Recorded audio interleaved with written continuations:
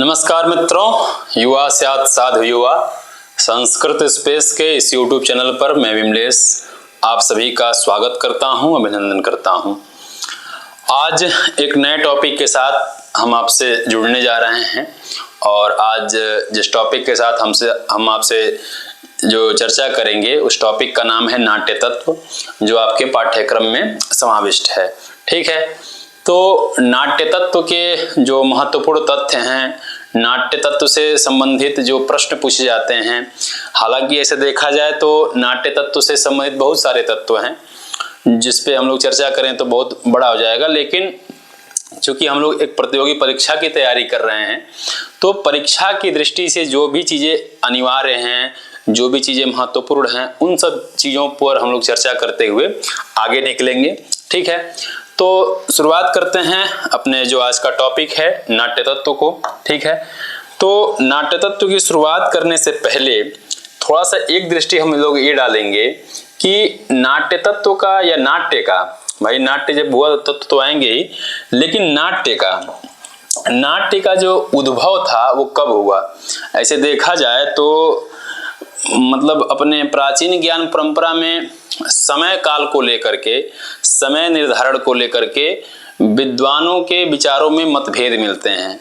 ऐसे मतलब कुछ विद्वान किसी ग्रंथ के या किसी विषय के उद्भव काल को एक स्थिति में मानने को तैयार नहीं रहते हैं। ठीक है, तो एक तरह से ये कहा जाए तो विषय काल को मानने में, ठीक है, क्या है, उन विद्वानों के विचारों में मतभेद दिखते हैं, काफी मतभेद दिखते हैं। ठीक है, तो इसलिए नाट्य का भी उद्भव कहाँ से हुआ है, कैसे हुआ है, तो इसका मतलब इस पे समाधान निकालना बहुत कठिन बात थी। फिर भी जो हमारे संपूर्ण साहित्य का, संपूर्ण वाङ्मय का जो एक तरह से कहें तो आधारभूत ग्रंथ है, आधारभूत स्रोत है, वह हमारा जो ज्ञान निधि है, ज्ञान राशि है, वह वेद है।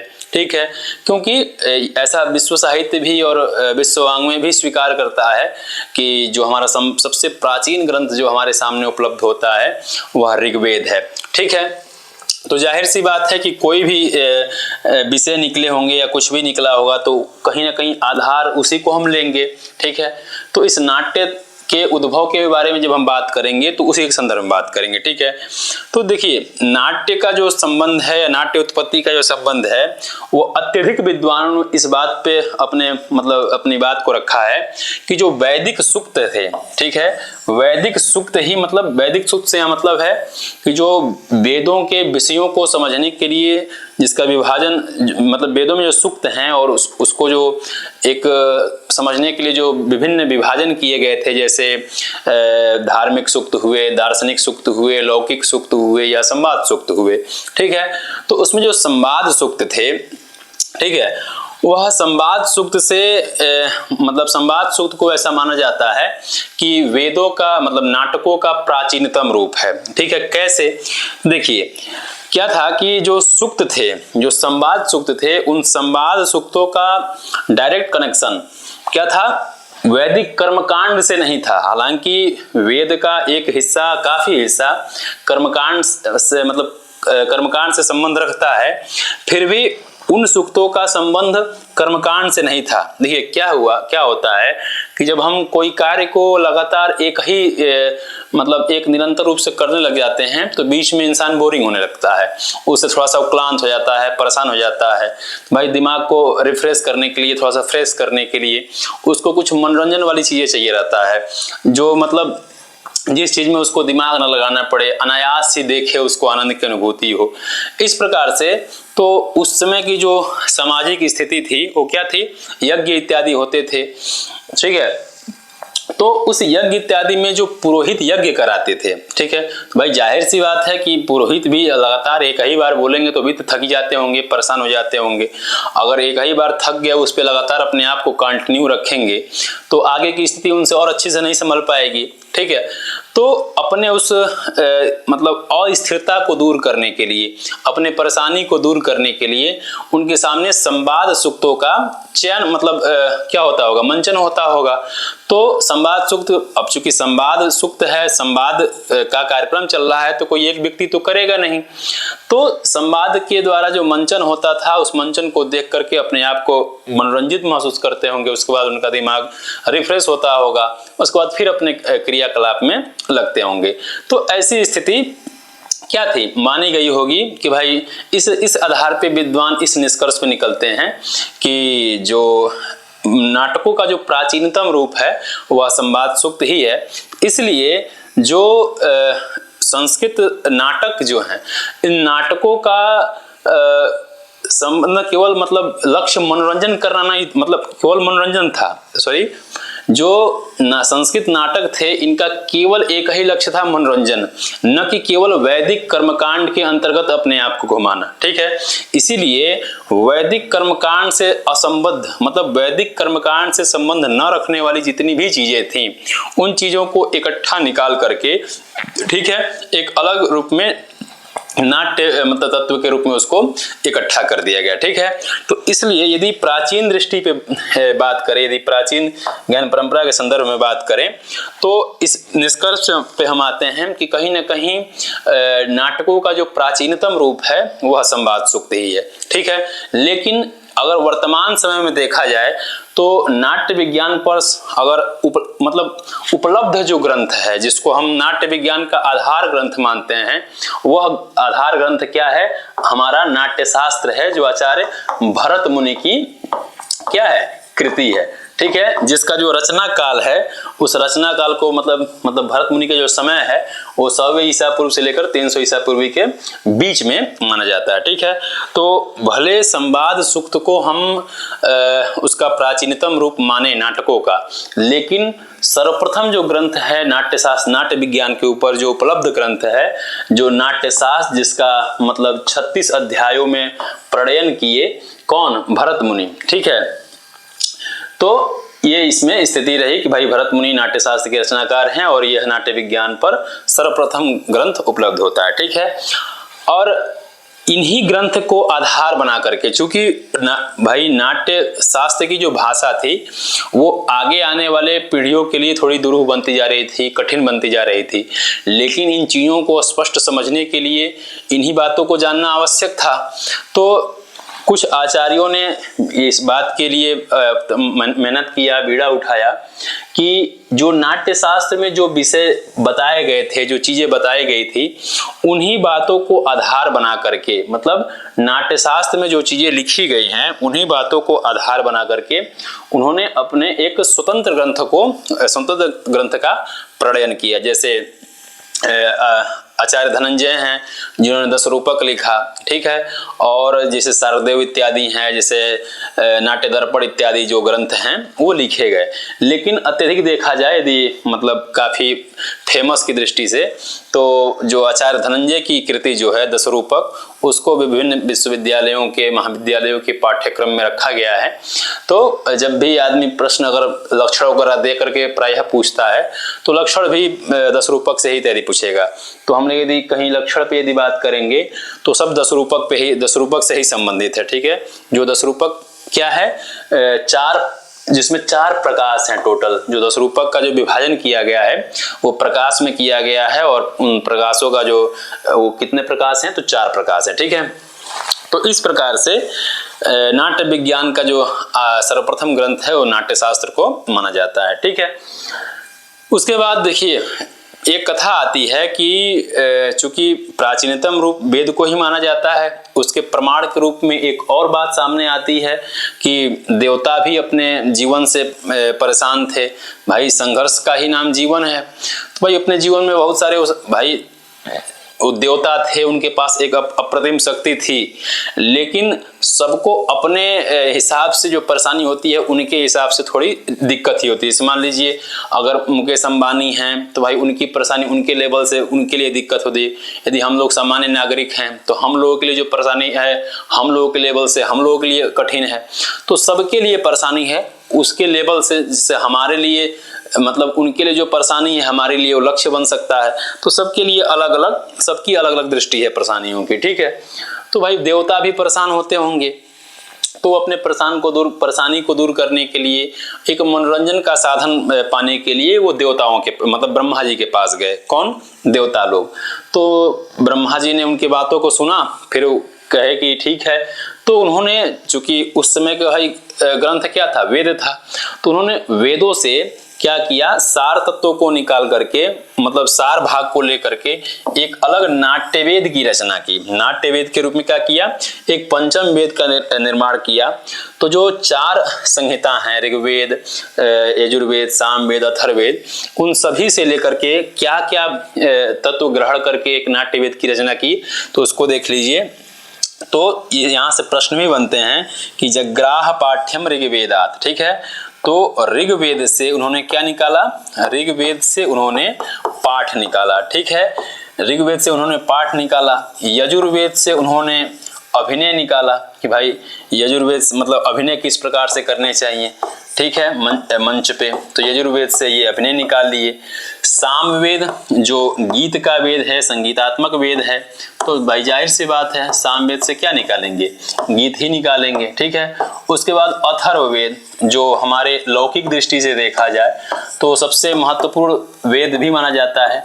तो इस अथर्ववेद से उन्होंने रस को लेकर के एक अलग से क्या किया? नाट्य वेद को पंचम वेद के रूप में उन्होंने स्वीकार किया, ठीक है। तो यहाँ से प्रश्न भी पूछ लेता है कि भाई अभिनय का मतलब प्रणयन किससे किया ब्रह्मा ने, या गीत जो क्या कहते हैं गीत का प्रणयन उन्होंने किया, रस किससे निकाला। तो इन सब चीजों को आप क्या करेंगे? अच्छे से ध्यान रखेंगे, ठीक है। तो निकाल करके इन वेदों से ये तथ्य निकाल करके ब्रह्मा जी ने देवताओं को आदेश दिया कि भाई जाइए आप इसका मंचन करिए और अपना आनंद करिए। फिर उन्होंने अमृत मंथन और एक त्रिपुर दाह, जो एक डिम नाम का रूपक है, उसका उदाहरण भी है। जब हम लोग रूपकों पे चर्चा करेंगे तो उसके बारे में अच्छे से जानेंगे। तो अमृत मंथन और त्रिपुर दाह नामक जो रूपक थे, ये सर्वप्रथम अभिनीत हुए, ठीक है, जो ये ब्रह्मा जी के द्वारा ही लिखे गए थे। लेकिन ब्रह्मा जी को देवताओं के द्वारा जो किए गए जो स्थिति मतलब चीजें थी, ब्रह्मा जी को पसंद नहीं आया, ठीक है। तो कहा कि बात तुम लोग एकदम दिक्कत कर दे रहे हो, तुम लोग अच्छे से इसकी प्रोडक्टी कर नहीं पा रहे हो। तो इस बात को लेकर के ब्रह्मा जी चिंतित हो गए। तो भाई कहे कि भाई आगे सामाजिक स्थिति आएगी, उसके लिए भी ऐसी जरूरत पड़ेगी, तो भाई इस पे विशेष ध्यान दिया जाए। तब उन्होंने भरत को बुलाया, भरत मुनि को, अब तब इसका जिम्मा उन्होंने क्या किया? भरत मुनि को सौंप दिया, ठीक है। तब जाकर भरत मुनि ने नाट्य शास्त्र का क्या किया? मतलब नाट्य शास्त्र की रचना की, ठीक है। तो आपको इन सब बातों, जब अभी तक हम लोगों ने जिन चीजों पे चर्चा की है, एक तरह से नाट्य का उद्भव किस प्रकार से कैसे हुआ, और यहाँ से आपको परीक्षा की दृष्टि से देखा जाए तो भाई नाट्य शास्त्र के लेखक कौन है? भरत मुनि हैं, जिसको 36 अध्याय में बांटा गया है, ठीक है। और ब्रह्मा ने देवताओं के आदेश पर वेदों से सार भाग लेकर के नाट्य वेद पंचम वेद की स्थापना की। तो किस वेद से क्या निकाला, इन सब चीजों को आपको क्या करना है? ध्यान रखना है, ठीक है। तो चलते हैं अब आगे, ठीक है। अब देखिए नाट्य सिद्धांत। अब जो रूपक हैं, ठीक है, तो अब जो रूपक थे जो हमारे सामने जिसकी रचना की गई, वो क्या थे, उन चीजों को देखते हैं। तो देखिए संस्कृत साहित्य में जितने भी प्रकार हैं, ठीक है, उनमें से जो रूपक हैं वो सबसे महत्वपूर्ण है, ठीक है। इसीलिए रूपकों के विषय में कहा जाता है कि नाटकांतम कवित्वम, ठीक है।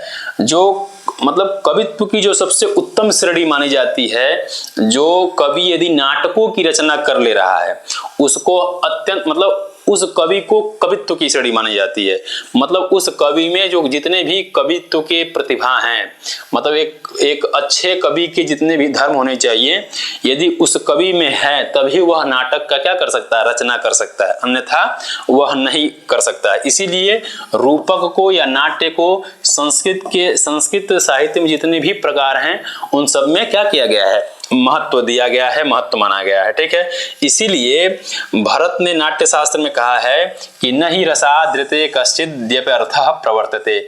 मतलब और कोई भी व्यक्ति रस को छोड़ करके, अन्यथा मतलब रस को छोड़ करके वो कहीं प्रवर्तित ही नहीं होता है। कश्चिद अभी अर्थः प्रवर्तते, मतलब अगर इस तरह से देखा जाए तो जो रूपक होते हैं, जो नाटक होते हैं, उनका उद्देश्य, जो फिल्में बनते हैं हमारे सामने, उनका उद्देश्य केवल यह नहीं रहता है कि भाई वह उन फिल्मों के माध्यम से केवल उपदेश दें या किसी घटना को आधार बना करके उस पे मतलब कोई पिक्चर वो करें, केवल यही उद्देश्य नहीं रहता है, बल्कि क्या रहता है कि जो सामाजिक हैं, जो प्रेक्षक हैं, उनको आनंद में निमग्न किया जाए।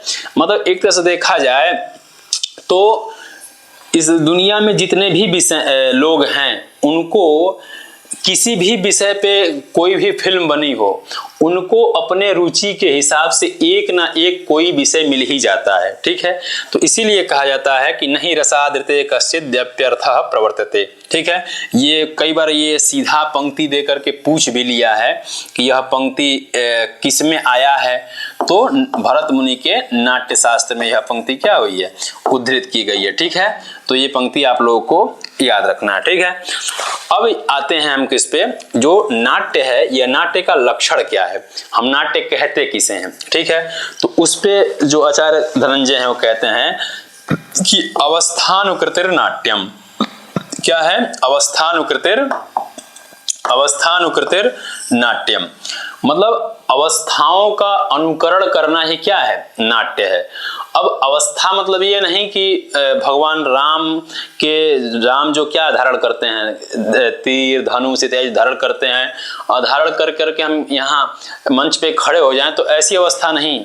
यदि किस अवस्था में या किस विषय पर या किस स्थिति में राम जी के जो व्यवहार हैं, उन व्यवहारों का अनुकरण करना ही क्या है, नाट्य है। ठीक है, और रूपम दृश्यतयोच्यते, और उसी नाट्य को क्या कहते हैं, दृश्यतया रूपम उच्यते। चूंकि जो काव्य के जो काव्य शास्त्री गण लोग थे, उन्होंने काव्य इसको दो भागों में बांटा। काव्य को कितने भागों में बांटा, उन्होंने दो भागों में बांटा। एक दृश्य काव्य, ठीक है, क्या बांटा उन्होंने, एक तो उन्होंने दृश्य काव्य रखा, क्या रखा, एक दृश्य काव्य रखा और एक श्रव्य काव्य रखा। तो दृश्य में ये रहता है कि जो चीजें हम देख सकते हैं और दिखाया भी उसे ही जाता है, कि दृश्य काव्य के संदर्भ में कहा जाता है कि नीरसो निश्चितस्तत्र संसूच्यो वस्तु विस्तरः। ठीक है, मतलब जो चीज नीरस है, जिसको दिखाया नहीं जा सकता है, जो बातों को केवल बेमतलब से विस्तार कर सकते हैं, उसको हम श्रव्य के माध्यम से कह देते हैं, और बाकी जो चीजें हम दिखा सकते हैं उसको हम दिखाते हैं, तो उसको हम दृश्य काव्य के श्रेणी में रखते हैं। ठीक है, तो ये जो रूपक है, ठीक है, ये जो दृश्य है, यह दृश्य काव्य भी दो तरह के होते हैं, एक रूपक होता है और एक उपरूपक होता है। ठीक है, तो रूपक की संख्या के बारे में, जो रूपक 10 होते हैं, इस पे भी हम लोग चर्चा करें। जो उपरूपक हैं वो 18 होते हैं। ठीक है, तो इसी नाट्य को दृश्यतया रूपम उच्यते, चूंकि हम देखते हैं तो इस कारण से उसको क्या कहते हैं, हम रूप भी कहते हैं। और तीसरा क्या कह रहे हैं कि रूपकम तत्समारोपात, और चूंकि मान लीजिए कोई एक नट है, ठीक है, या मान लीजिए किसी पिक्चर में कोई हीरो है, या अभी जो पंकज त्रिपाठी ने जो अटल बिहारी वाजपेयी के ऊपर जो पिक्चर निकाले थे, तो क्या किए थे भाई, बायोपिक बनाए हैं, तो रूपकम तत्समारोपात, मतलब अटल बिहारी वाजपेयी के रूप को क्या किए हैं, अपने ऊपर आरोपित किए हैं। तो इसलिए वो जो पूरा स्थिति है उसको क्या कह सकते हैं, हम रूपक भी कह सकते हैं। ठीक है, तो इसलिए अगर देखें तो इसी नाट्य को ही, मतलब नाट्य, रूप या रूपक, ये तीनों शब्द जो हैं दृश्य काव्य के लिए प्रयुक्त होते हैं। मतलब कहा जाए तो जो दृश्य काव्य है, इन्हीं के लिए, इन्हीं दृश्य काव्य को या नाट्य कह लीजिए, या रूप कह लीजिए, या रूपक कह लीजिए, ये तीनों शब्द क्या हैं, समानार्थी हैं, दृश्य काव्य के लिए ही मतलब प्रयुक्त किए जाते हैं। अंतर बस इतना है, जैसे मान लीजिए कि एक व्यक्ति है, ठीक है, अब एक ही व्यक्ति किसी के लिए चाचा है, किसी के लिए पापा है, किसी के लिए बेटा है, किसी के लिए मौसा है, किसी के लिए साला है, किसी के लिए मतलब हस्बैंड है। ठीक है, एक ही व्यक्ति, तो वह किस स्थिति में किसके लिए क्या है। अगर मान लीजिए कोई व्यक्ति अगर किसी का अनुकरण कर रहा है, तो भाई वो उसको नाट्य कह सकते हैं। अगर वह दिखाई दे रहा है तो भाई जो अनुकरण कर रहा है तो जाहिर सी बात दिखाई भी देगा वो, तो उसको रूप भी कह सकते हैं। और भाई जब कुछ कर रहा है तो किसी न किसी का नकल भी कर रहा होगा, तो इसलिए उसको क्या कहते हैं, रूपक भी कह सकते हैं। ठीक है, तो नाट्य, रूप और रूपक ये तीनों क्या हैं, एक दूसरे के समानार्थक हैं, बस उपाधि के भेद से। बताया ना आपको कि कोई अपने चाचा पापा हो सकता है एक ही व्यक्ति, तो एक ही काव्य क्या है, दृश्य काव्य। तो एक ही दृश्य काव्य कहीं रूपक के नाम से, कहीं रूप के नाम से, कहीं रूपक के नाम, नाट्य, रूप और रूपक, इनके शब्दों से, ये तीन शब्दों के द्वारा क्या होते हैं, वह व्यवहित होते हैं। ठीक है, तो नाट्य का लक्षण पूछे, अवस्थानुकृतिर नाट्यम, रूपम दृश्यते रूपकम तप समारोपात। ठीक है, ये आपको ध्यान रखने हैं। और दशधैव रसाश्रयम, ठीक है, ये अगर यहां से आपको मान लीजिए आप क्लियर ना हो पाए तो दे दे कि रूप कितने होते हैं, रूपक कितने होते हैं, नाट्य कितने होते हैं, तो आपको कंफ्यूज नहीं होना है। कुछ भी दे करके पूछे तो वह 10 ही होते हैं। कितने होते हैं, 10 ही होते हैं। और वह किस पे आश्रित होते हैं, तो वह रस पे आश्रित होते हैं। किस पे आश्रित होते हैं, तो रस पे। तो ये भी ध्यान रखिएगा कि जो नाट्य है या रूप है, ये रूपक है, इन सब यह किस पे आश्रित होते हैं, यह सब रस पे आश्रित होते हैं।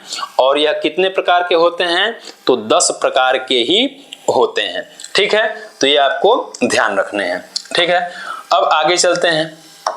आगे देखिए, आगे है कि चूंकि कहे कि दशधैव रसाश्रयम, 10 ही होते हैं, तो कहे 10 ही क्यों होते हैं, तो बताए कि 10 इसलिए होते हैं कि जो अन्य जो प्रकार हैं, मान लीजिए डोम्बी, श्री गदित, भाड़, भड़िती इत्यादि जो हैं, ये नृत्य के भेद हैं। ठीक है, और जो कहा जाता है कि ये भाड़ के ही समान होते हैं।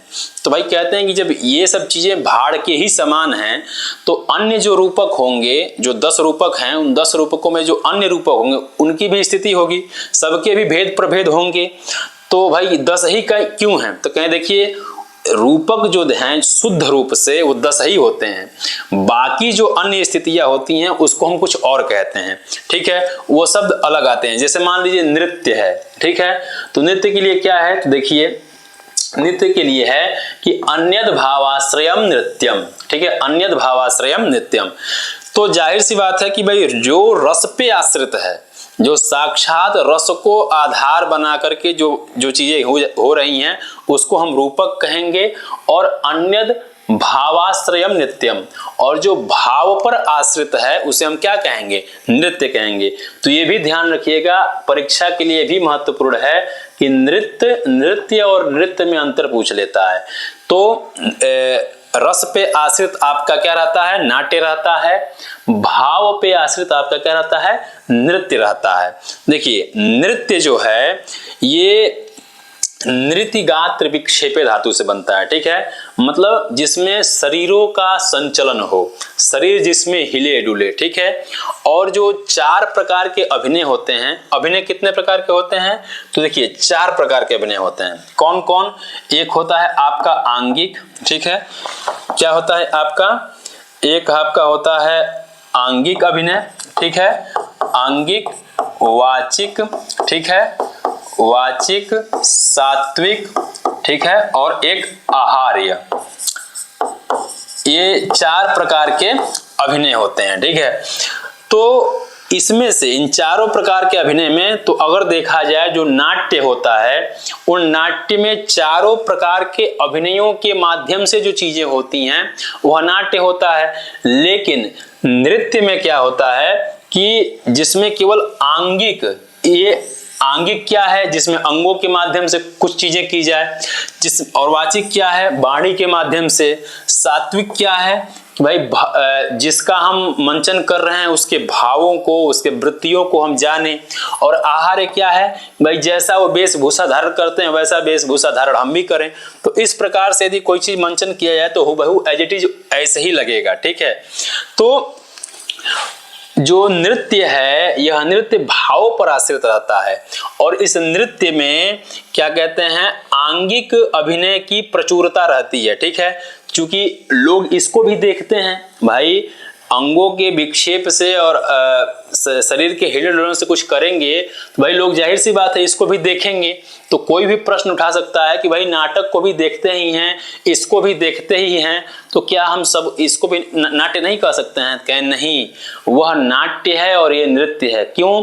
क्योंकि वह रस पर आश्रित रहता है और यह भाव पर आश्रित रहता है। भाव मतलब चूंकि इसको भी लोग लोक में देखते ही हैं, नृत्य इत्यादि को, लेकिन दोनों में अंतर इतना है कि जो नाट्य है वो रस पर आश्रित है और यह भाव पर आश्रित है। अर्थात इसमें क्या है कि इसमें पदार्थों का अभिनय होता है। जैसे मान लीजिए कि कोई गाना अच्छा सा बज रहा है, ठीक है, अब वो कहे कि तुम्हारी नजरों से हमने देखा, तब वो तुम्हारी शब्द पे ध्यान डालेगा। जब नजर की बात आएगी तो नजर दिखाएगा, हमने देखा कि मतलब ऐसी कुछ एक्टिविटी वो अंगों के माध्यम से क्या करेगा।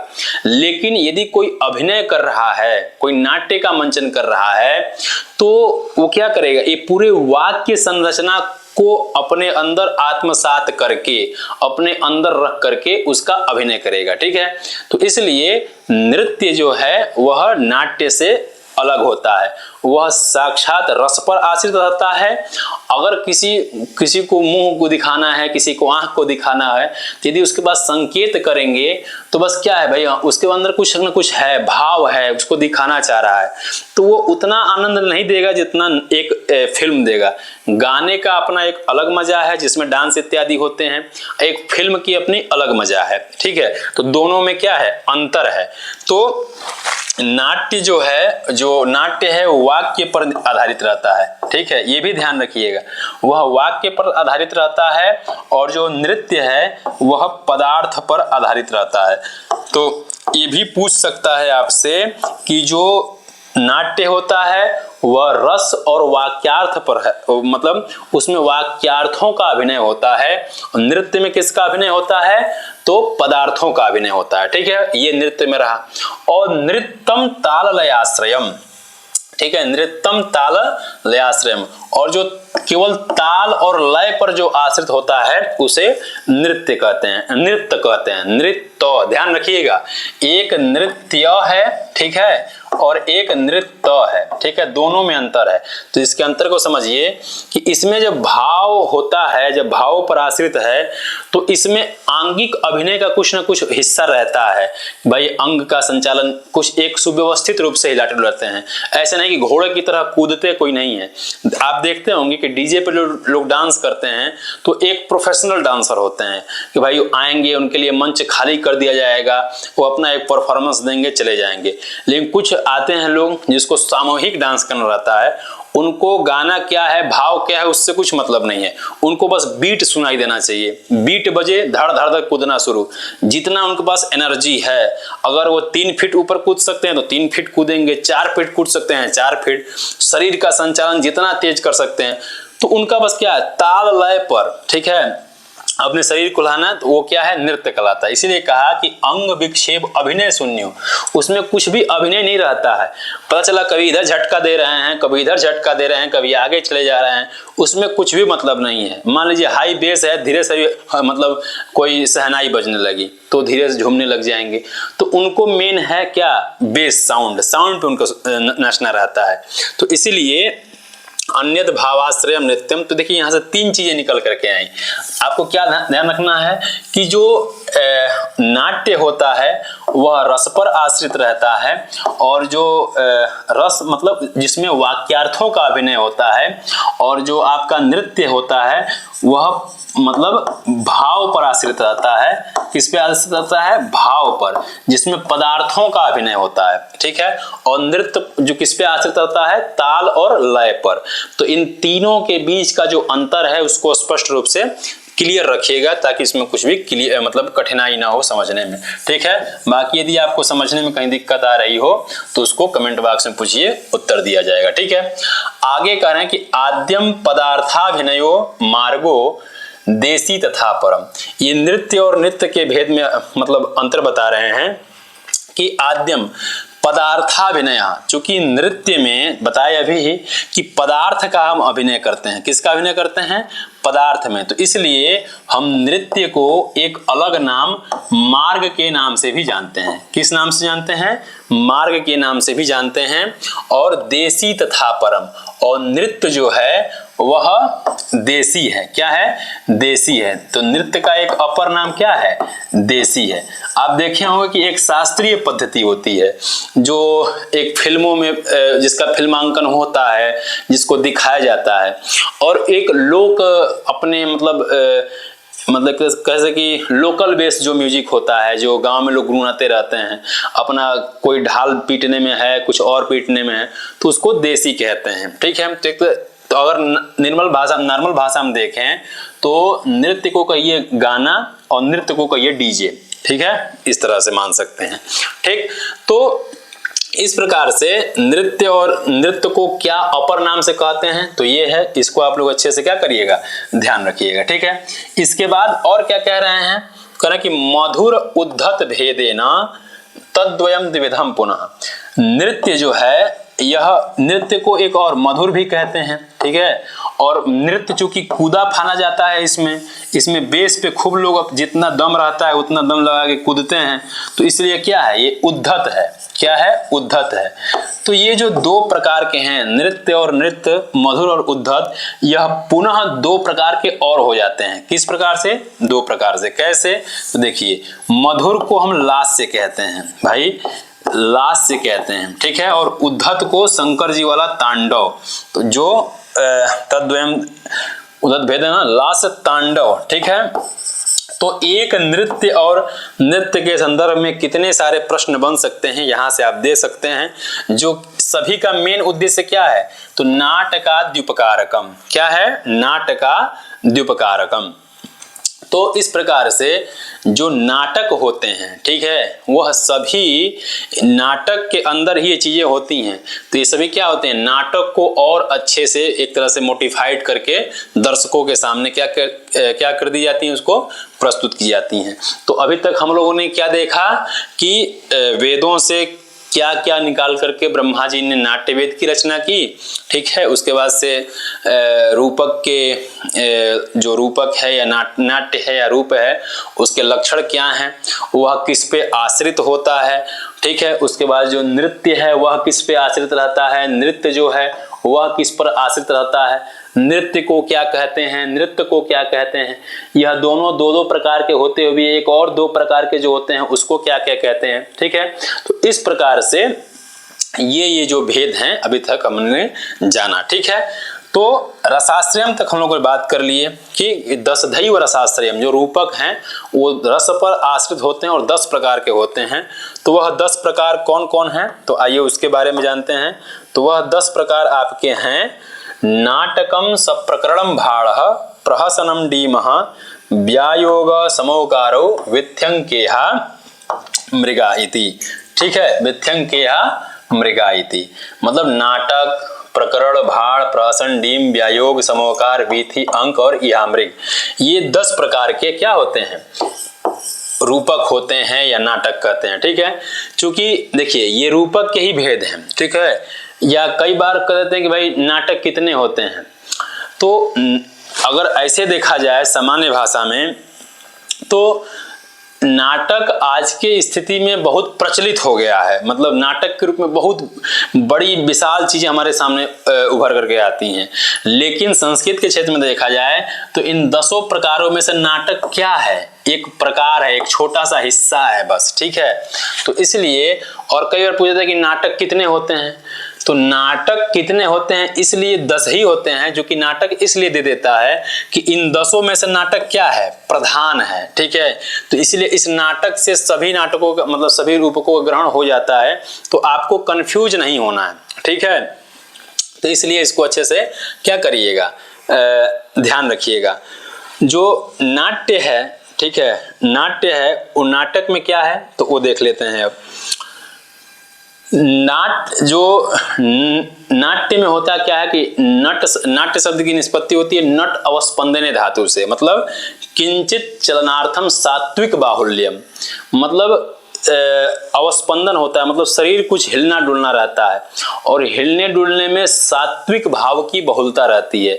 मतलब यदि मान लीजिए अगर कोई व्यक्ति राम जी का अनुकरण कर रहा है, तो राम जी के अनुकरण करने से राम जी यदि किसी के बारे में अगर अच्छा व्यवहार रखते हैं तो किस प्रकार से रखते हैं, उनके भावों को अगर उनके बताया जाए, इस प्रकार से उनके सुख को उनके दुख को अच्छे प्रकार से समझ करके उसका अभिनय किया जाए, तो वह क्या है, नाट्य है। ठीक है, तो नट अवस्पंदने धातु से क्या बनता है, नाट्य शब्द की निष्पत्ति होती है। ठीक है, तो इनमें पहला क्या है, तो नाट्य है, नाटक है। ठीक है, तो नाटक पे चर्चा करते हैं कि नाटक में महत्वपूर्ण चीजें क्या हैं। तो देख लीजिए कि जो नाटक की जो कथा वस्तु होती है, क्या होती है, जो नाटक की जो कथा वस्तु होती है, वह नाटक की कथा वस्तु इतिहास प्रसिद्ध होती है या पुराणों से निर्दिष्ट होती है। मतलब जो नाटक में जो कथा ली जाती हैं, जैसे मान लीजिए अभिज्ञान शाकुंतलम है। ठीक है, तो अभिज्ञान शाकुंतलम की जो कथा है महाभारत के क्या किया गया, वन पर्व से लिया गया। ठीक है, जो नल दमयंती की कथा है। ठीक है, हाँ, मतलब जहां तक अगर हमको सही याद आ रहा है तो वन पर्व से ही लिया गया। ठीक है, नहीं तो आदि पर्व से लिया गया होगा, जो भी, जब इसका विषय आएगा तो और अच्छे से इसको बताया जाएगा। तो इस प्रकार से मतलब जो इतिहास में प्रसिद्ध होता है या पुराण में होता है, इन विषयों पर लेकर के नाटक की संरचना करते हैं। ठीक है, जो हाँ, एक चीज और आपको यहाँ बता दें, इसके नाटक शुरुआत करने से पहले देखिए कि जो 10 नाटक हैं, ठीक है, जो 10 रूपक हैं, इन 10 रूपकों में सभी में मेन एक कॉमन बात क्या है भाई, सब में कुछ ना कुछ अनुकरण करना ही है, कुछ ना कुछ बोलना ही है। तो क्या है कि जब सब में अनुकरण करना है तो आपको ये 10 भेद करने की क्या आवश्यकता है, एक रखिए और एक ही में सब बात सब कर दीजिए। तो कहते हैं उसके लिए यहाँ देखिए बता देते हैं, यहाँ कहते हैं कि वस्तु नेता रसस तेसाम भेदकः, तेसाम मतलब के साम, रूप का नाम, क्या है, रूप का नाम। मतलब जो 10 रूपक हैं, उन 10 रूपकों का जो भेद है वह क्या है, वस्तु नेता और रस के आधार पर, वस्तु नेता और रस के आधार पे जो है वो रूपक जो हैं वो 10 प्रकार के होते हैं।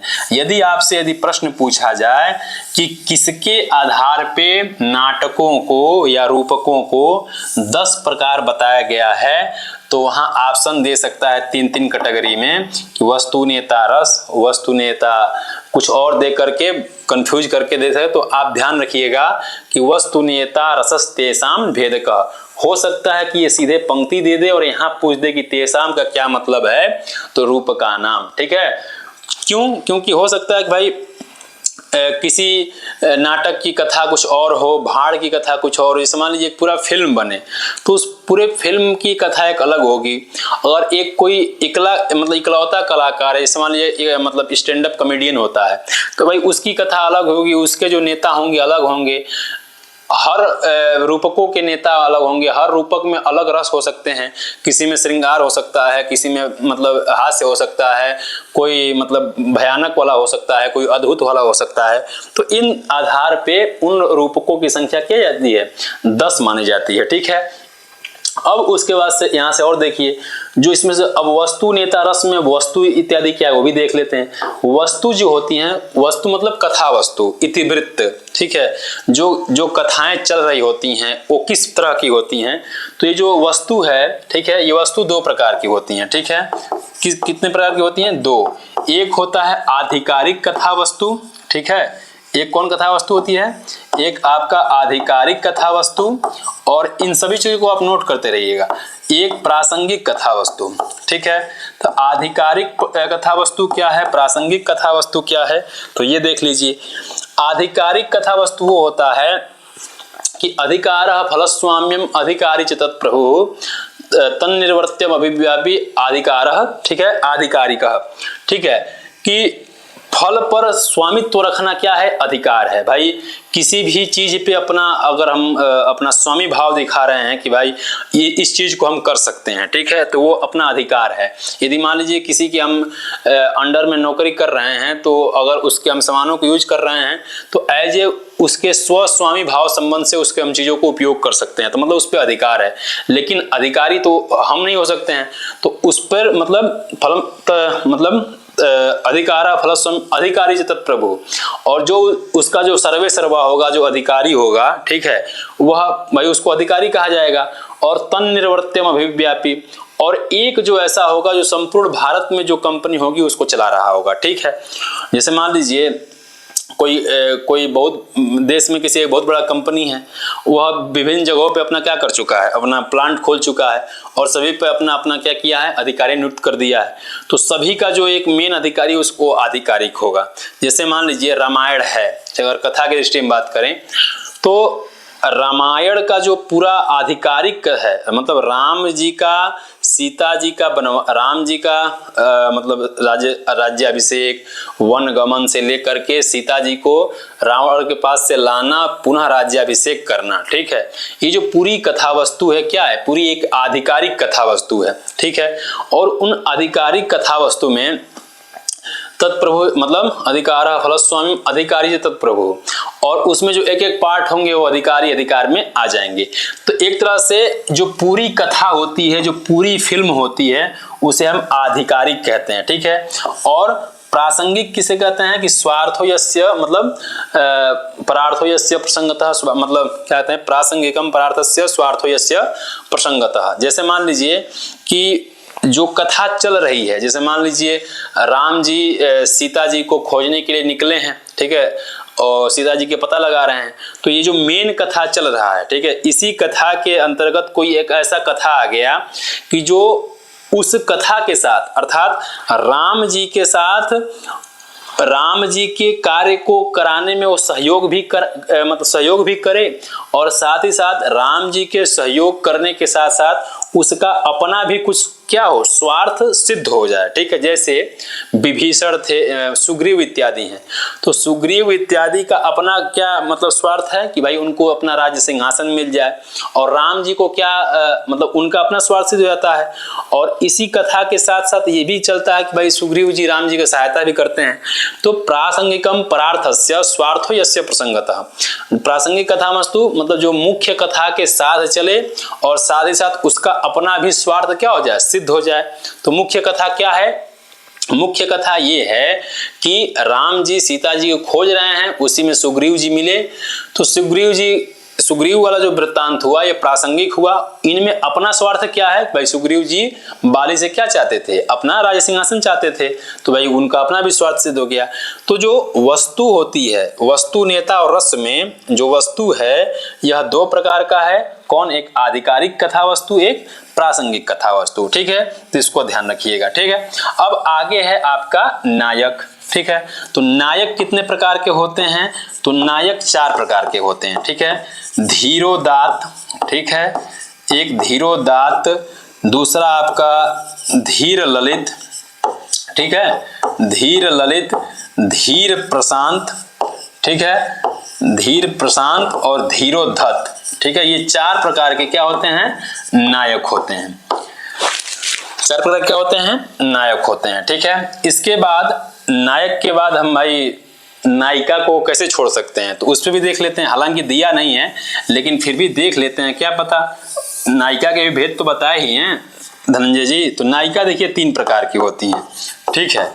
नायिका 3 प्रकार की कौन होती हैं, एक स्वीया नायिका होती है, ठीक है, जो खुद की मतलब अपनी एक तरह से कहें तो जो खुद की धर्म पत्नी होती हैं, जो खुद वाइफ होती हैं, इसको हम स्वीया नायिका कहते हैं, ठीक है।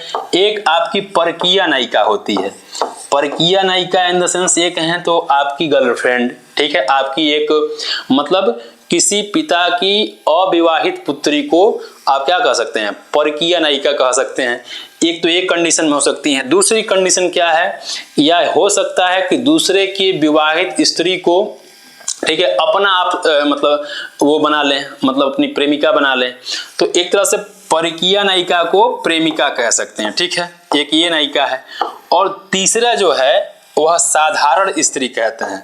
साधारण स्त्री इन द सेंस एक तरह से कहते हैं गणिका इत्यादि, ठीक है, गणिका इत्यादि जो मतलब कलाओं में बहुत चतुर होती हैं, ठीक है, अपने आप बहुत प्रगल्भ होती हैं, लेकिन साथ ही साथ धूर्त भी होती हैं। ठीक है, तो तीन ही प्रकार के स्त्री हैं भाई। एक तो आपकी अपनी हो सकती हैं, एक जो मतलब किसी पिता की अविवाहित पुत्री हो सकती हैं, ठीक है, एक साधारण हो सकती हैं जहाँ जाके थोड़ा आनंद इत्यादि मतलब मनोरंजन इत्यादि करते हैं। ठीक है, तो ये तीन प्रकार की क्या होती हैं, नायिका होती हैं। ठीक है, तो वस्तु कथा वस्तु दो प्रकार के, नायिका तीन प्रकार के, नायक चार प्रकार के, और जो रस है वह रस 8 प्रकार के होते हैं। ठीक है, जो भरत मुनि हैं वह नाट्य में जो रसों की संख्या है वह 8 ही है। जो रस हैं वो 8 हैं। कितने हैं? 8। और भरत मुनि जो हैं वो नाटकों में रसों की संख्या 8 ही मानते हैं। ठीक है, हालांकि जो 9वां रस है शांत, उसको भी माना जाता है, क्योंकि नाट्य में शांत रस का मंचन नहीं होता है, उसको आप दिखा नहीं सकते हैं। अगर मंच पे किसी व्यक्ति को ऐसे ही शांत खड़ा कर दिया जाए तो प्रेक्षक उसको क्या करेगा, देखेगा भाई, कुछ नहीं होगा उससे। तो इसलिए नाटक में उसको रस की संख्या में नहीं गिना गया है।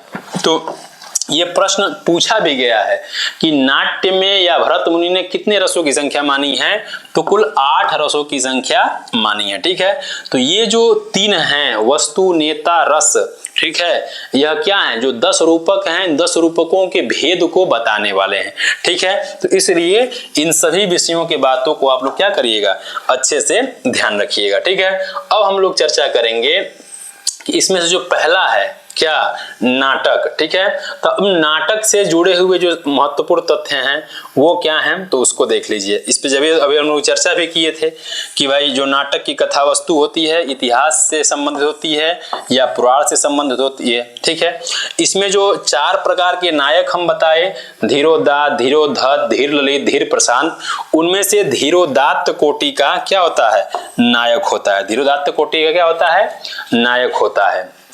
ठीक, और आगे जो दुष्यंत, जिस मान दुष्यंत हैं, ठीक है, दुष्यंत जो अभिज्ञान शाकुंतलम नाटक है, उस नाटक का जो दुष्यंत नायक हैं किस कोटि के हैं, धीरोदात्त हैं।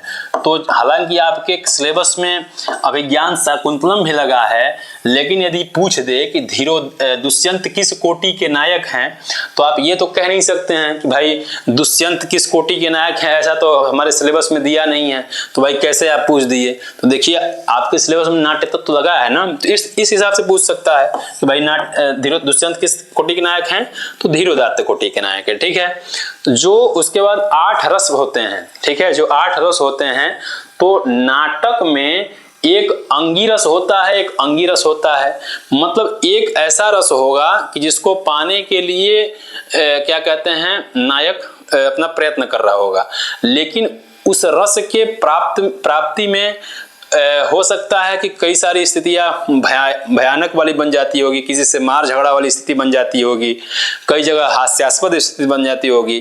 तो उसमें से एक अंगी रस जो होता है नाटक में, वह कौन रस है, तो आपका श्रृंगार रस है। कौन रस है, श्रृंगार रस। ठीक है, श्रृंगार या वीर रस जो होता है, 2 रस, श्रृंगार और वीर रस जो है वो अंगी रस के रूप में होता है। ध्यान रखिएगा, नाटक में मुख्य रस श्रृंगार और वीर रस होता है, और अंग रस के रूप में, ठीक है, अंग रस मतलब इसके अंग में के रूप में जितने रस होते हैं वो सभी रस होते हैं। ठीक है, और आगे एक चीज और बताएंगे आपको। और जो नाटक में जो है, नाटकों में अंग की योजना की जाती है। ठीक है, तो इस नाटकों में 5 से लेकर के 10 अंक होते हैं। कितने अंक होते हैं, न्यूनतम 5 और मैक्सिमम 10। ठीक है, यदि पूछ ले कि सबसे कम अंक कितना होना चाहिए नाटक में, तो 5 होना चाहिए, और सबसे अधिक कितना हो तो 10 होना चाहिए। ठीक है, तो इसको भी आप लोग अच्छे से ध्यान रखिएगा। इसके साथ ही साथ नाटकों में अर्थ प्रकृतियां होती हैं, कार्यावस्थाएं होती हैं, अर्थोपक्षेपक इत्यादि होते हैं, संधि इत्यादि होते हैं। ठीक है, तो अभी इन सभी विषयों पे हम लोग चर्चा करेंगे कि भाई संधि क्या है, नाट्य क्या है, इन चीजों पे। ठीक है, तो देखिए, तो अब आते हैं आगे, इन सभी विषयों पे एक एक हम लोग क्या करेंगे, चर्चा करेंगे। तो पहला जो है आपका अर्थ प्रकृति है। ठीक है, अर्थ प्रकृति क्या है, देखिए 2 चीजें हैं, अर्थ प्रकृति है और कार्यावस्थाएं हैं। तो अर्थ प्रकृति जो है वो कथानक की दृष्टि से है, ठीक है। जब हम कथानक का विभाजन करते हैं, जब हम कथानक को वो करते हैं, तो कथानक की दृष्टि से ये जो अर्थ प्रकृति है वो महत्वपूर्ण है। मतलब एक कथा का जब हम संचालन कर रहे होते हैं, जब कथा चलती हैं, तो कथा के साथ साथ बहुत सारी चीजें तोड़ने वाली रहती हैं, ठीक है। तो उसको कैसे एक रास्ते में रख करके उसको आगे ले जाया जाए, तो इसके लिए अर्थ प्रकृतियां हैं। और जो कार्यावस्थाएं हैं, चूंकि जो कथाओं में जो चीजें होंगी उसको नायक ही न करेगा, तो भाई नायक की जो मनोदशा है, जो मनस्थिति है, वो ठीक रहना चाहिए। जैसे मान लीजिए अगर हमको तैयारी करनी है, अगर हम अपने मन में अब तैयारी करनी है, तो चूंकि देखिए अगर देखा जाए तो जो पूरा हम लोग का सिलेबस है, ठीक है, वो सिलेबस पूरा क्या है, अर्थ प्रकृति है, हमारे प्रयोजन के सिद्धि का हेतु है। अर्थ प्रकृति को कहते हैं प्रयोजन सिद्धि हेतवः। क्या है, प्रयोजन सिद्धि हेतवः, ठीक है। ये क्या है, प्रयोजन सिद्धि हेतवः, ये अर्थ प्रकृति है। तो उसी प्रकार से हमारा जो तैयारी का जो पाठ्यक्रम है, ये अर्थ प्रकृति है, ठीक है। और उसको सिद्ध करने के लिए हमारे अंदर जो तैयारी है कि भाई हम मतलब हमारे अंदर उत्साह रहना चाहिए, आरंभ करने की स्थिति रहनी चाहिए, ठीक है, उसके पाने के लिए यत्न करना है। फिर बीच में स्थिति ऐसी आती है कि हम उसको पाएं कि ना पाएं, ठीक है, अभी चर्चा भी करेंगे उस पर कौन क्या है। तो कथा की दृष्टि से अर्थ प्रकृतियां होती हैं और नायक की दृष्टि से कार्यावस्थाएं होती हैं, ठीक है। तो इन अर्थ प्रकृतियों में 5 अर्थ प्रकृति होती हैं।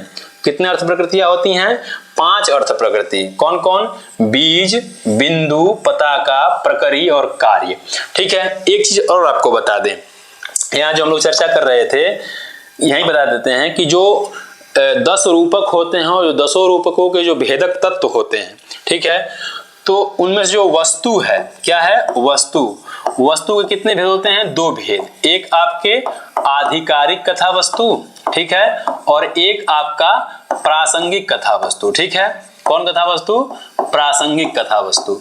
तो प्रासंगिक कथा वस्तु के भी 2 भेद होते हैं। कौन कौन, एक पताका और एक प्रकरी, ठीक है। तो यहीं से कई सारे प्रश्न बन सकते हैं, ध्यान रखिएगा।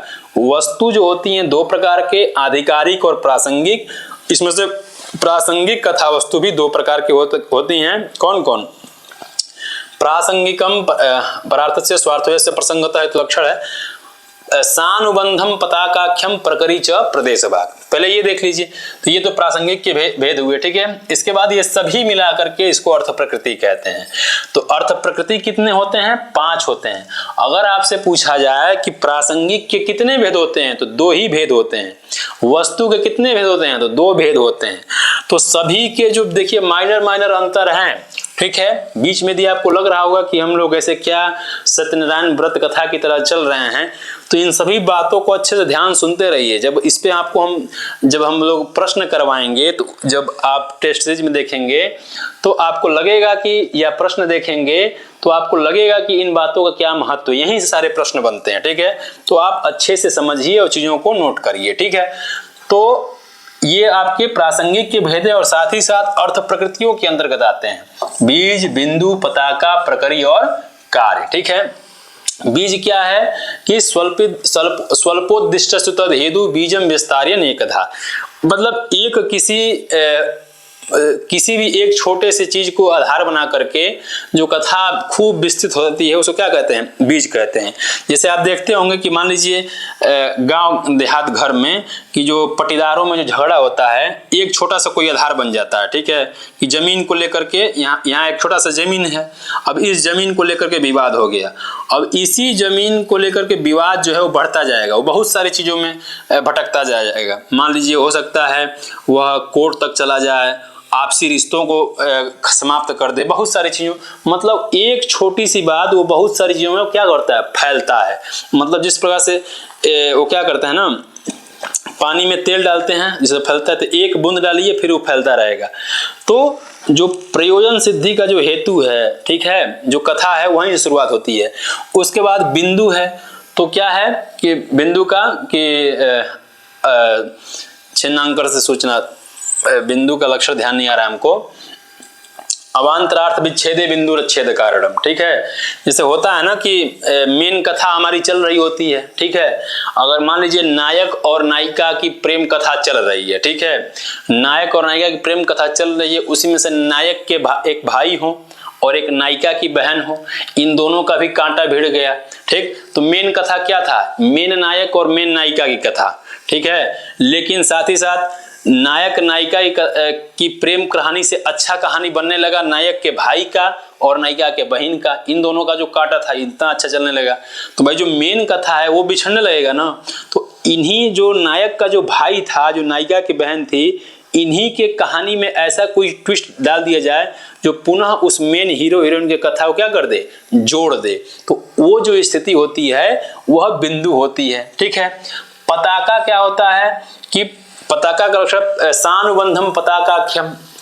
जैसे मान लीजिए कि सानुबंधम पताकाख्यम प्रकरी च प्रदेश भाग, जो मेन कथा के साथ साथ दूर तक जाए। ठीक है, जैसे मान लीजिए सुग्रीव इत्यादि विभीषण इत्यादि की जो कथा थी रामायण में, वह राम के साथ साथ दूर तक जाती है। कितना दूर तक? तो एक तरह से देखें तो राम जी जब लड़ना शुरू, मतलब जब खोजना शुरू करते हैं, तब से जब रावण को जीत लेते हैं, मार देते हैं, सीता जी को घर लाते हैं, अग्नि परीक्षा कराते हैं, तब तक दूर तक। लेकिन ये ऐसी जो मेन कथा के साथ साथ दूर तक जाए, ठीक है, तो पताका हुआ। अब प्रकरी क्या हुआ? तो प्रकरी आपका होगा कि प्रकरी च प्रदेश भाग, जो मेन कथा के साथ किसी में थोड़ा सा हिस्सा दिख जाए। जैसे मान लीजिए रामायण में जो राम जी जब सीता जी को खोज रहे होते हैं, उसमें जब सबरी जी का जो वृत्तांत है, जो जूठा बैर खाते हैं, उस सबरी जी का जो वृत्तांत है छोटा सा, वह वृत्तांत क्या कहलाएगा? प्रकरी कराया। क्यों? क्योंकि छोटे से आता है फिर वो हट जाता है। अब फिर कार्य उसका होगा, भाई कार्य क्या है कि त्रिवर्गस्त क्षुद्ध एकानुबंधी च, नाट्य के 3 ही फल हैं, धर्म अर्थ काम। ठीक है, तो भाई किसी भी रूपक के माध्यम से या किसी भी कथा के माध्यम से कुछ ना कुछ डायरेक्टर जो होता है वह सिद्ध करना चाहता है। ठीक है, तो जब वो सिद्ध करना चाहता है तो भाई कुछ भी, किसी भी धर्म की स्थिति बता सकता है, मतलब सही गलत बता सकता है, या केवल सही बता सकता है या गलत।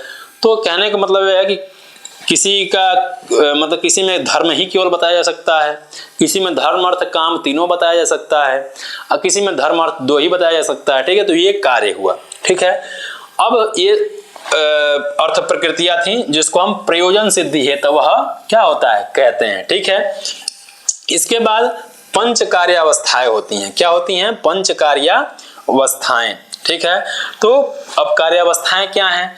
तो 5 कार्यावस्था, इनमें से ध्यान रखिएगा कि जो बीज बिंदु पताका प्रक्रिय कार्य है, इन सभी के क्वेश्चन ऐसे बन जाते हैं कि भाई इनमें से कौन अर्थ एक अर्थ प्रकृति नहीं है, ठीक है, या कौन अर्थ प्रकृति के भेद हैं, या इनके क्रम क्या हैं, इन सभी, या इन्हीं में से देगा कि इनमें से प्रासंगिक के कौन भेद हैं। तो तमाम तरह के प्रश्न यहाँ से बन सकते हैं जो आपको ध्यान रखने हैं। अब जो पंच कार्यावस्थाएं होती हैं कौन होती हैं? तो आरंभ है, ठीक है, यत्न है, प्राप्त्याशा है, नियताप्ति है और फलागम है। ठीक है, तो आरंभ किसे कहते हैं? तो कहते हैं कि औत्सुक्य मात्रमारंभ फल लाभाय भूयसे। ठीक, मतलब अत्यधिक फल के लाभ के लिए आपके मन में उत्सुकता आ जाना ही क्या है? आरंभ है। किसी भी कार्य की शुरुआत जब हम करते हैं तो कुछ ना कुछ हमारे अंदर कल्पना होती है। मान लीजिए हम इस समय सोच रहे हैं कि ये परीक्षा देंगे, ठीक है, हमारा जो परास्नातक है वो निकल जाएगा, उसके बाद हम पढ़ेंगे, उसके बाद पीएचडी करेंगे, आगे जाएंगे, फिर आगे प्रोफेसर बनेंगे, तो कल्पना पे आधारित रहती है। तो ऐसा ये जो बात सोच रहे हैं, यहीं से समझ लीजिए कि आप जो जीवन में करना चाहते हैं, यहीं से आरंभ की स्थिति शुरू हो गई। ठीक है, मतलब बड़े से फल के लाभ के लिए कोई भी यदि आप मतलब ये बात मन में सोच ही लिए, समझ लिए काम शुरू हो गया। ठीक, दूसरे चरण पे क्या होता है? या मान लीजिए कि नायक ही यदि नायक को कोई पसंद आया, ठीक है, अब नायक को कोई पसंद आया तो उसकी प्राप्ति के लिए वो चीज सोच ले उसके अंदर, समझ लीजिए कि उसके पीछे लग गया है, अब आरंभ वो शुरू कर दिया है, किसी भी तरह से इसको घटा सकते हैं। उसके बाद यत्न क्या है? तो प्रयत्नस्तु तद प्राप्तौ व्यापारोत्तित्वनानितः, जो हमको अप्राप्त है, अर्थात अभी हमसे क्या है, हमारा जो एग्जाम है अभी हमसे हम मतलब एग्जाम हमको भी प्राप्त नहीं हुआ है, तो उस एग्जाम को प्राप्त करने के लिए जो हमारे द्वारा जो निरंतर जल्दी जल्दी जो अभ्यास किया जा रहा है, जो किया जा रहा है, वही क्या होता है, प्रयत्न होता है। जब हम प्रयत्न करते जाते हैं तो बीच में क्या होता है, उपायापाय शंकाभ्याम प्राप्त्याशा प्राप्ति संभव। जब हम कोई कार्य कर रहे होते हैं तो बीच में हमको निराशा हाथ लगने लगती है, पता नहीं क्या होगा, तैयारी तो कर रहे हैं, एग्जाम निकलेगा कि नहीं निकलेगा। तो इन स्थिति में क्या होती है, अपने आप को ढीला नहीं किया जाता है। देखिए, इंसान यदि अपने आप को जब वो मतलब डीमोटिवेट हो रहा हो उस समय, देखिए इसीलिए इंसान को सेल्फ मोटिवेट रहना बहुत जरूरी है। इसलिए कहा जाता है ना कि यदि आप सकारात्मक रहेंगे, हालांकि ये बात लोग एक सेकंड में कह देते हैं लेकिन इसको निभाना बहुत कठिन हो जाता है। इसका फल क्या है कि जब आप सकारात्मक रहते हैं तो आप सकारात्मक ही सोचते हैं, आप सकारात्मक ही करते हैं। अगर आपको कोई चीज मन नहीं कर रहा है तो यदि आप सकारात्मक हैं तो आपका दिमाग उस पर लगाएगा कि इसको कैसे करें। यदि आप नकारात्मक रहेंगे तो दिमाग उस ओर ले जाएगा कि इसको कैसे यहाँ से हम इसका एक विकल्प ढूंढ के इससे निकल लें। मतलब अगर आप सकारात्मक हैं तो आपके सामने केवल ये दिखना चाहिए कि हमको जो एग्जाम है जिसकी तैयारी कर रहे हैं बस ये बीट करना है, ठीक है। अब मन यदि भग रहा है तो भाई बस ये ध्यान कि अब किस प्रकार से तैयारी करें तो बीट हो जाए। नहीं तो भाई अगर मान लीजिए इसकी तैयारी कर नहीं होगा तो क्या करेंगे, चलो ये देख लेंगे। तो संकल्प की मतलब कमजोरी में विकल्प के आधार पर जो संकल्प रहता है वो कमजोर हो जाता है, ठीक है। तो जहाँ पे ऐसा कि मतलब ये प्राप्त होगा कि नहीं होगा, ऐसी जो स्थिति होती है उसे प्राप्त्याशा कहते हैं। नियताप्ति, ठीक है, नियताप्ति। अब नियताप्ति क्या होता है कि अपाया भावतः प्राप्ति नियताप्ति सुनिश्चिता, मतलब जहां पे ये क्लियर हो जाए कि मतलब कि इसके बाद तो अब एक औपचारिक घोषणा बाकी है। मान लीजिए कि आप एग्जाम दे चुके हैं, ठीक है, आप आंसर किया गया और 100 में से 90 क्वेश्चन आपके सही हैं, ठीक है। तो ये तो आप निश्चित मान लेंगे कि भाई अब ये क्लियर है कि अब हमको एडमिशन जरूर मिल जाएगा, बस एक जो औपचारिक रिजल्ट है वो आना बाकी है। वो आपका फलागम से हो जाता है कि समग्र फल संपत्ति ही समयोगो यथोदितः, ठीक है। जो संपूर्ण हम मेहनत किए थे, जो अभी तक चीजें किए थे, उसको एक दिन 1 मिनट के रिजल्ट में घोषित कर दिया कि यू आर सेलेक्टेड इन जो भी एग्जाम आप दे रहे हैं, ठीक है। तो इस प्रकार से नायक भी होता है कथानक में, क्या होता है, नायक भी होता है कि नायक नायिका के लिए, नायिका को प्राप्त करने के लिए, या कोई लड़का किसी लड़की को प्राप्त करने के लिए इतनी सारी चीजों को क्या करता है कि भाई पहली बार देखा उसको पसंद आ गई, अब पसंद आ गई तो भी भाई उसको पाना है, जो अभी तक उसको अप्राप्त थी और उसको पाने के लिए यत्न करेगा। उसके बाद मेहनत करते करते बीच में जाए कि पता नहीं यार ये मिलेगा कि नहीं मिलेगी, लेकिन ऐसी स्थिति आई कि ये कन्फर्म हुआ कि देखिए आगे होगा कि नहीं होगा, तो हो गया, लेकिन अब इससे बातचीत हो गई, अब अंतिम में उससे विवाह भी हो गया। तो ये नायक की एक स्थिति रहती है, किसके साथ, तो नायक के मतलब नायिका के साथ। तो 5 अर्थ प्रकृतियां होती हैं और 5 कार्यावस्थाएं होती हैं, ठीक है। इसके अलावा 5 संधियां होती हैं, ठीक है। तो संधि किसे कहते हैं वो देख लीजिए। कहते हैं कि अंतरैकार्थ संबंध संधि एकान्वये सती, ठीक है। मतलब एक कोई मेन कथा चल रही है, ठीक है, उसी कथा के साथ साथ कोई अन्य कथा यदि जुड़ जाए, ठीक है, उन्हीं कथा के साथ साथ कोई अवान्तर कथा यदि जुड़ जाती है, और जब अवान्तर कोई कथा जुड़ जाती है मेन कथा के साथ, तो वही कथा क्या होती है आपका, मतलब उसे संधि कहते हैं, ठीक है। तो संधि का लक्षण है कि अंतरैकार्थ संबंध एक अन्वय सती, अंतर मतलब मुख्य कथा के साथ साथ उसमें से अवान्तर कथा जहां जुड़ती है उसे हम क्या कहते हैं, संधि कहते हैं, ठीक है। अब संधियों का निर्माण कैसे होता है और संधियां होती कितनी हैं, तो देखिए वो संधियां भी कितनी होती हैं, 5 होती हैं, ठीक है। तो कौन कौन होती हैं, तो 5 संधियां। तो आपका है मुख, ठीक है, मुख संधि, प्रतिमुख, गर्भ, विमर्श और निर्वहण, ठीक है। अब देखिए यहां से किस तरह से सवाल बन सकते हैं वो क्लियर कर लेते हैं। देखिए जो 5 कार्यावस्थाएं होती हैं, ठीक है, क्या होती हैं, 5 जो कार्यावस्थाएं होती हैं, उन 5 कार्यावस्थाओं में अब स्थिति क्या है वो देख लीजिए। कितनी अवस्थाएं होती हैं, 5 कार्यावस्थाएं होती हैं और 5 अर्थ प्रकृतियां होती हैं। तो आपका क्या हुआ देख लीजिए यहाँ पे, बीज, ठीक है, बिंदु, बीज बिंदु, पताका, ठीक है, प्रकरी और क्या है, कार्य। ये आपकी 5 अर्थ प्रकृतियां हैं। इसके बाद आरंभ, ठीक है, यत्न, प्राप्त्याशा, नियताप्ति और फलागम, ठीक है।